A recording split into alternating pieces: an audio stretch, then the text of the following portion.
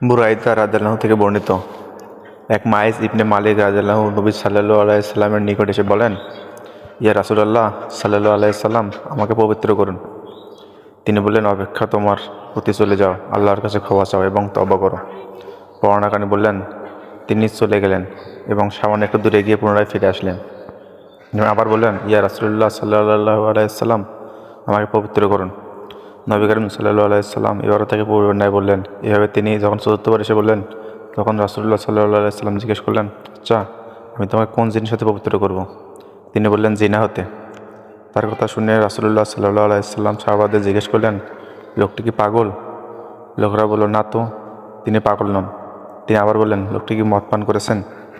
তৎক্ষণাৎ এক ব্যক্তি তার মুখ শুকে দেখেন, কিন্তু মদের কোনো দুর্গন্ধ তার মুখ হতে পাওয়া গেল না। অতঃপর তিনি তাকে জিজ্ঞেস করলেন, তুমি কি সত্যি জিনা করেছ? তিনি বললেন, জি হ্যাঁ। এরপর তিনি রজমের নির্দেশ দিলেন, তখন তাকে রজম করা হলো। এবং ঘটনার 2-3 দিন পর রাসূলুল্লাহ সাল্লাল্লাহু আলাইহি সাল্লাম সাহাবাদের সম্মুখে এসে বললেন, তোমরা মাইস ইবনে মালিকের জন্য ক্ষমা প্রার্থনা করো, কেননা সেই এমন তওবা করেছে, যদি তার সমস্ত উম্মতের মধ্যে বিতরণ করে দেওয়া হয় তবে তা সকলের জন্য যথেষ্ট হবে।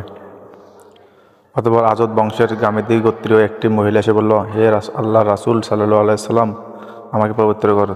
তিনি বললেন, তোমার প্রতি আক্ষেপ, চলে যাও, আল্লাহর ঘরে ইস্তেগফার করো এবং তওবা করো।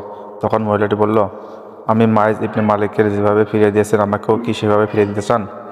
দেখুন আমার এই গর্ভে জিনার। তিনি জিজ্ঞেস করলেন, তুমি কি সত্যি গর্ভবতী? মহিলাটি বলল, জি হ্যাঁ।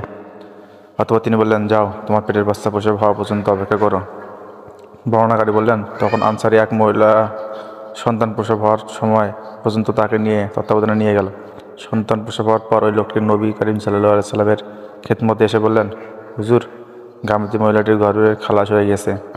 এবার তিনি বললেন, ওই শিশু বাচ্চাটিকে রেখে আমার মহিলাটাকে রজম করতে পারবো না, এমত অবস্থায় যে তাকে দুধ পান করার মতো কেউ নেই। এমন সময় আর একজন আনসারী দাঁড়িয়ে বলল, হে আল্লাহর নবী, আমি তার দুধ খাওয়ার ব্যবস্থা করব। বর্ণনা করে বললেন, অতঃপর তাকে রজম করলেন। অন্য এক রেওয়াজাতে আছে, নবী করিম সাল্লাল্লাহু আলাইহি সাল্লাম মহিলাটিকে বললেন, তুমি চলে যাও এবং সন্তান প্রসব হওয়া অপেক্ষা করো। অতঃপর সন্তান প্রসবের পর আসলে তখন বললেন, আবারও চলে যাও, তাকে দুধ পান করাও এবং দুধ ছাড়া পর্যন্ত অপেক্ষা করো।